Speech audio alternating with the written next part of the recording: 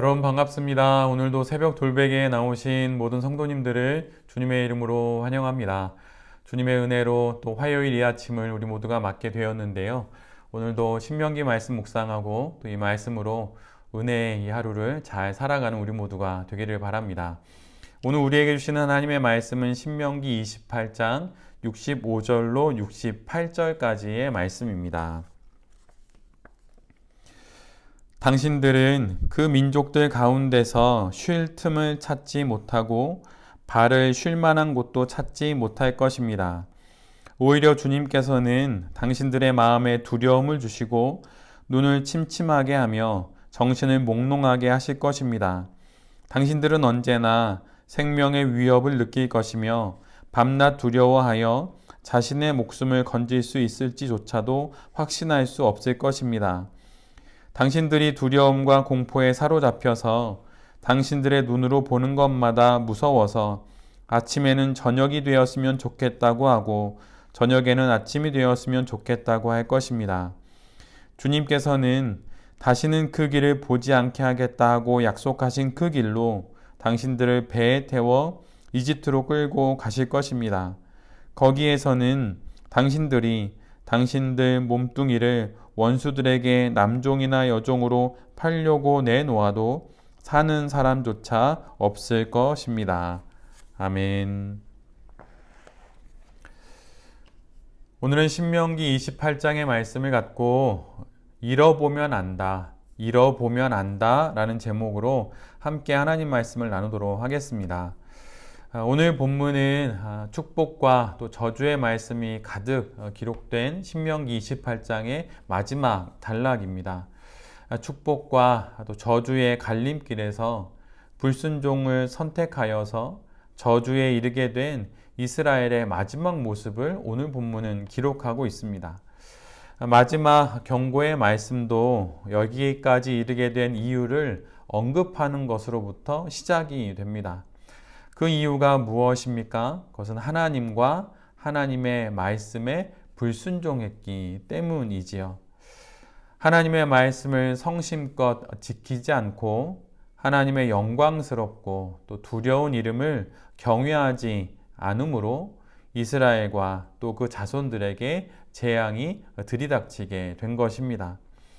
어제 우리가 함께 본 말씀과 그 맥을 같이 하는 그 경고의 말씀이 오늘의 또 본문인데, 오늘 본문을 자세히 읽어보면 그 내용이 신명기의 가장 첫 번째 장인 1장으로 다시 거슬러 올라가서 1장과 28장이 마지막 이 불순종의 결과의 말씀이 서로 연결되는 것을 우리 모두가 알게 됩니다.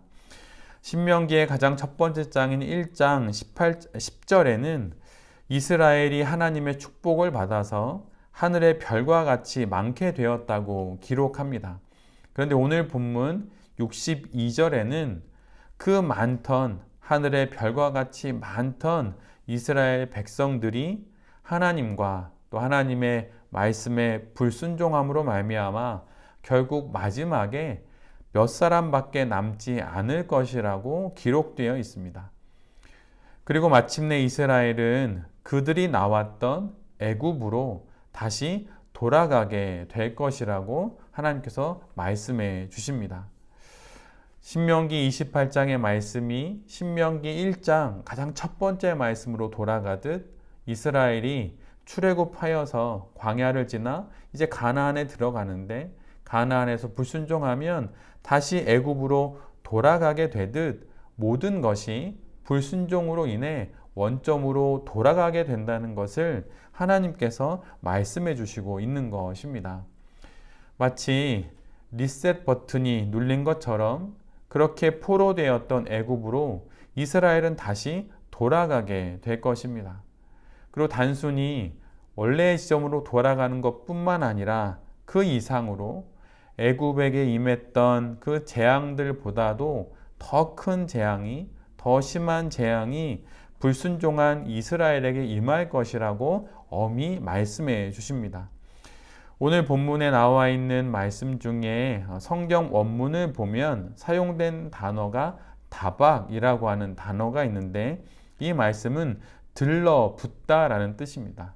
마치 무엇에 이렇게 착 달라붙었다고 하는 것이죠. 떼어날 수 없게 그렇게 붙어 있는 것을 말하는데, 하나님께 불순종하여서 스스로 하나님으로부터 떨어진 이스라엘에게 애굽의 재앙이 이렇게 떼어지지 않을 것처럼 들러붙게 되었다는 것입니다.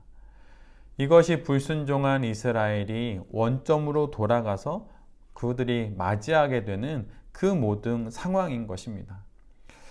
이런 이스라엘의 심경을 오늘 성경은 이렇게 기록합니다. 66절로 67절의 말씀인데 여러분 한번 잘 귀담아 들어보십시오. 불순종으로 인하여서 하나님을 떠나 재앙에 달라붙어 애굽으로 원점으로 돌아가게 된 그 이스라엘의 마음에서 일어나는 그들의 심경을 66절과 67절은 이렇게 기록하고 있습니다.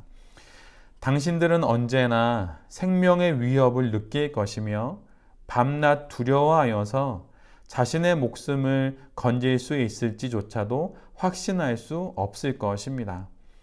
당신들이 두려움과 공포에 사로잡혀서 당신들의 눈으로 보는 것마다 무서워서 아침에는 저녁이 되었으면 좋겠다고 하고 저녁에는 아침이 되었으면 좋겠다고 할 것입니다. 하나님을 떠난 이스라엘이 맞이하게 되는 결론이 무엇입니까? 결국 모든 안녕을 잃어버린 것입니다. 그들에게 샬롬은 없습니다. 하나님을 떠나 자유롭고 확신에 찬 삶을 살고 싶어서 또 그럴 수 있을 것만 같아서 하나님을 떠났는데, 결국 이스라엘이 맞게 된 것은 하나님을 떠나니 모든 안녕을 잃어버린 것입니다. 보는 것마다 두려움은 찾아오고 공포는 낮과 밤을 가리지 않고 자신의 마음에 들어오고 그것에 사로잡혀서 결국은 아침에는 저녁이 되었으면 좋겠다고 하고 저녁에는 아침이 되었으면 좋겠다고 말을 합니다. 결국 주어진 그 시간을 온전히 살아내지 못한다는 것이에요. 그 이유가 무엇입니까? 두렵기 때문이고 공포에 사로잡혔기 때문이고 안녕을 잃어버렸기 때문입니다.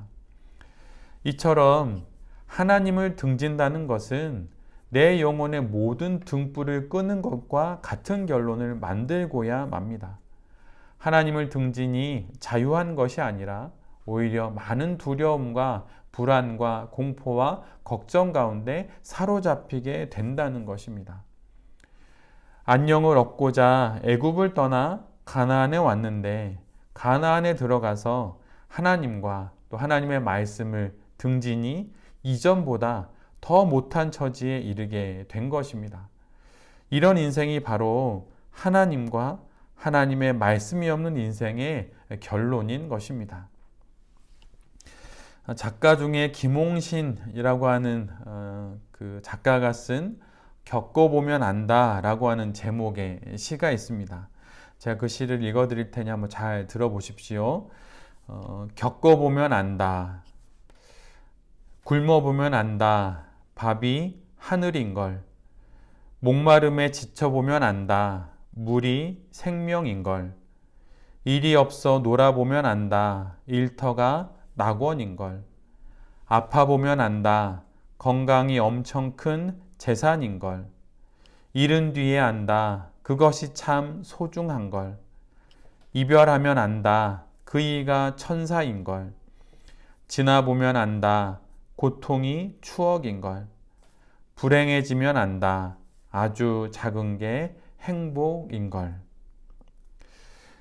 오늘 본문의 내용을 담아 이 시의 몇 구절을 뒷부분에 더 써 넣은다면 이런 식구가 될 것 같습니다. 잃어보면 안다.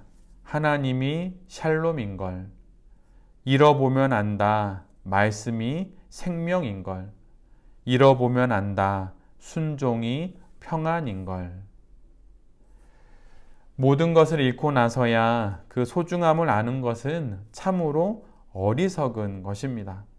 잃어버리기 전에 지금 내게 허락되었을 때에 지금 여기서 하나님과 하나님의 말씀에 순종하며 살아가는 것이 참으로 지혜로운 인생을 살아가는 사람의 모습입니다.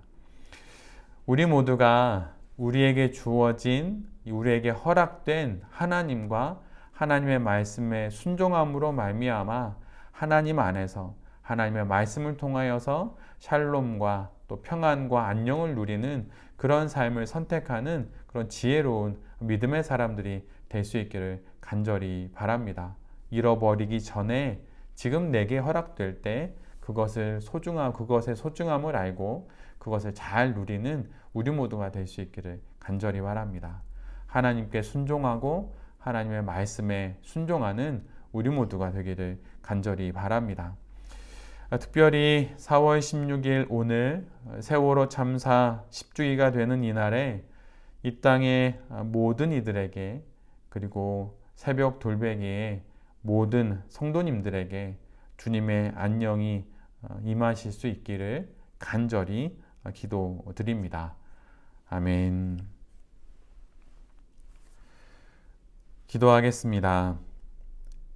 주님, 잃고 나서야 그 소중함을 아는 어리석은 자가 되지 않겠습니다. 하나님을 경외하는 것이 행복이고 하나님의 말씀이 생명이며 순종이 우리의 평안입니다. 이 마음으로 오늘 하루도 신실한 성도로 살아가게 하여 주시옵소서. 특별히 구하옵기는 세월호 참사가 있은 지 10여 년이 지났습니다. 여전히 그 아픔과 억울함이 신원되지 않은 모든 생명들과 또 그 유가족들에게 오늘 이 하루 하나님의 그 샬롬과 평안이 더욱 임할 수 있기를 간절히 기도합니다. 주님, 이 땅에 하나님의 샬롬을 허락하여 주시옵소서. 이 모든 말씀 예수 그리스도의 이름으로 기도드립니다. 아멘.